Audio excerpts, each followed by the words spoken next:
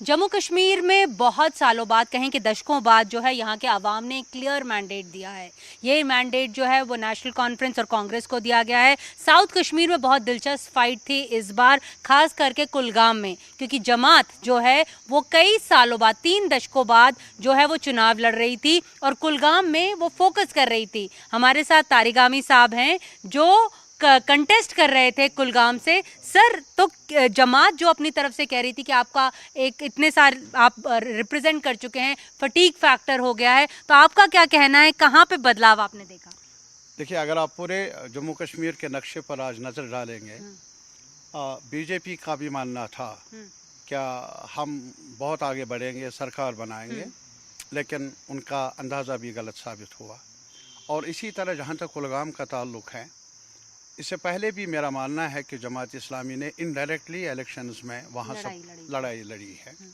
हाजिर थे वहाँ, कभी छुप के कभी सामने आकर, आज की बार वो सामने आ गए और इस वजह से ये चुनाव ज़्यादा ही इंटरेस्टिंग बन चुका था सबों की नज़र में, मीडिया की नज़र में, आम जनता की नज़र में। और इसमें सबसे बड़ी बात यही है कि कल तक जो कह रहे थे कि इलेक्शन में हिस्सेदारी या कॉन्स्टिट्यूशन ऑफ इंडिया का हलफ उठाना जुर्म है, इस्लाम के ख़िलाफ़ है, गद्दारी है, आज यकायक वो बदल गए और इलेक्शन के इंतखाबी अमल के घोड़े पर सवार नज़र आ गए पूरे ताकत से।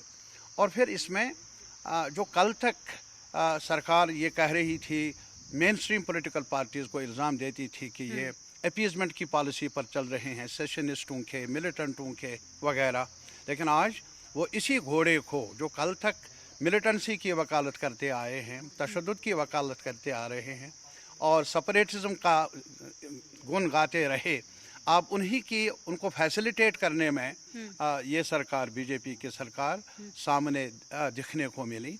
दोनों चेहरे सामने आए हमारे आवाम के सामने और कुलगाम के आवाम ने अपने तजर्बे की बुनियाद पर अभी तक जो इनिशियल जो रिजल्ट्स या आंकड़े सामने आ रहे हैं, उनसे पता चलता है कि कुलगाम के लोग इस बहकावे में नहीं आए।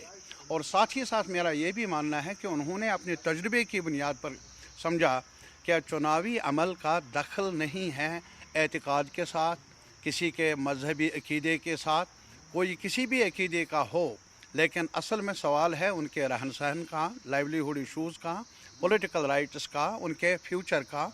तो इस वजह से वो मज़हब को, अकीदे को, धर्म को सियासत के साथ मिलाने के अमल को, जम्मू में भी ऐसा ही हुआ और कश्मीर में भी ऐसा ही हुआ, ख़ास तौर पर कुलगाम में उन्होंने कहा ये दोगलापन है, ये दोगलापन है, ये असली हकीकत नहीं है। असली हकीकत इक़्तिदार की भूख है, दौड़ है और इस वजह से उन्होंने उनको मेरी नज़र में पीछे रखा और मुनासिब फैसला दिया। अगर हम जम्मू कश्मीर की टोटल की अगर हम बात करें, उमर अब्दुल्ला साहब दोनों जो सीट से लड़ रहे थे उनमें भी वो लीड कर रहे हैं, आपको भी अब हम जायंट किलर मान रहे हैं, क्योंकि माना जा रहा था कि जमात को जो है वो सेंटर भी सपोर्ट कर रहा है। तो आप इसको कैसे देखते हैं? तो क्या आप बोलेंगे कि जो फाइट थी एक इंडिविजुअल की वर्सेस मेनी फोर्सेस थी? नहीं, मैं एक इंडिविजुअल का सवाल नहीं, बल्कि मैं ये कहूँगा कि कुलगाम के आवाम और कश्मीर के आवाम ने ख़ास तौर पर, अगर ये हमारी बदकिस्मती है कि हमारा चेहरे पर धुंधलाहट दिखने को मिल रही है कई लोगों को,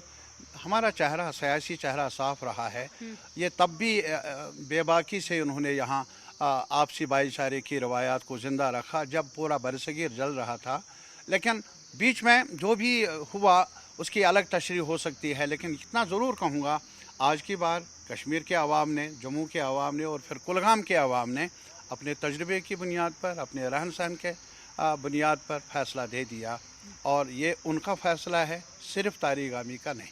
जो एक क्लियर मैंडेट दे रही है सरकार, मतलब इस बार क्लियर मैंडेट दिया है लोगों ने, क्योंकि हमेशा खिचड़ी सरकार यहाँ पर बनती थी। तो आपको क्या लगता है कि लोगों ने किस बुनियाद पर दिया वोट? और बीजेपी जो एक अलग रास्ते से आना चाहती थी, इंडिपेंडेंस के जरिए आना चाहती थी, टीम बी उसकी ने कई सारी अपनी बनाई थी, उनके जरिए आना चाहती थी, तो वो उनका प्रोपेगेंडा डिफीट हो गया। अभी आप देख लीजिए ना, टीम बी, सी, ए वगैरह कहाँ नज़र आ रहे हैं। जहाँ तक कश्मीर का ताल्लुक है, नज़र नहीं आ रहा है। ये जमात इस्लामिया भी ए टीम कहिए या बी टीम कहिए, नया चेहरा कहिए, ये भी एक्सटेंशन ही रहा है सरकार का। और इसी तरीके से जो और लोग हैं वो भी आज कहीं नज़र नहीं आते हैं। साफ जाहिर है कि कश्मीरी अवाम समझदार हैं। जो कुछ किया गया आज तक बीजेपी सरकार की तरफ से अवाम को मंजूर नहीं, अवाम बदलाव चाहती। सर एक लास्ट सवाल, जो ये नॉमिनेटेड मेंबर्स को लेकर जो ये कंट्रोवर्सी हो रही है, जो लेफ्टिनेंट गवर्नर नॉमिनेट करेंगे, क्योंकि अब ये जो मेजॉरिटी का मार्क है ये 48 को ले जाती है, 90+5 हो गया, तो आप इसको कैसे देखते हैं? मैं सिर्फ ये बैकडोर मसला है। फिर पहले उन्होंने डीलिमिटेशन के नाम पर 7 सीटें बढ़ा दी, जबकि पॉपुलेशन के रेशियो को अगर देखें आप, जम्मू की पॉपुलेशन कम है कश्मीर की नस्बत। अगर सीटें बढ़ाने का सवाल है, सेंसस बुनियाद है 2011, उसके मुताबिक ज़्यादा सीटें कश्मीर की बढ़नी चाहिए। बड़ी जम्मू में बढ़ा दी गई 6। हमें जम्मू के साथ कोई इख्तलाफ नहीं है, लेकिन हम एक आधार की बात करते हैं। बस सेंसस अगर आधार हो तो वहाँ उसके मुताबिक होना चाहिए। 6 सीटें वहाँ बढ़ा दी, 1 ही सीट यहाँ बढ़ा दी, वो भी किया। अब कहीं और मेजॉरिटी नज़र नहीं आती है तो 5 सीटें बैकडोर से। हमारा मानना ये है कि अगर अभी मैंडेट मिला है, असेंबली बन रही है, कैबिनेट बनेगी, तो उनके साथ एलजी को सलाह मशवरा करना चाहिए। अगर ज़रूरी है नॉमिनेशन, लेकिन लेजिस्लेचर से, इलेक्टेड मेंबर से, इलेक्टेड कैबिनेट से मुशावरत के बगैर ऐसा किया जाए वो मुनासिब नहीं है। Thank you so much sir.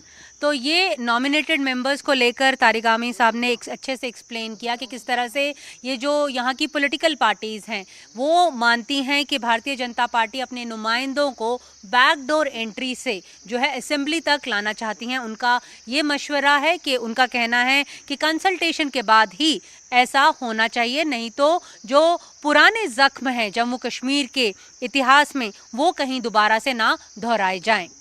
Srinagar से नीता शर्मा, एनडीटीवी इंडिया के लिए।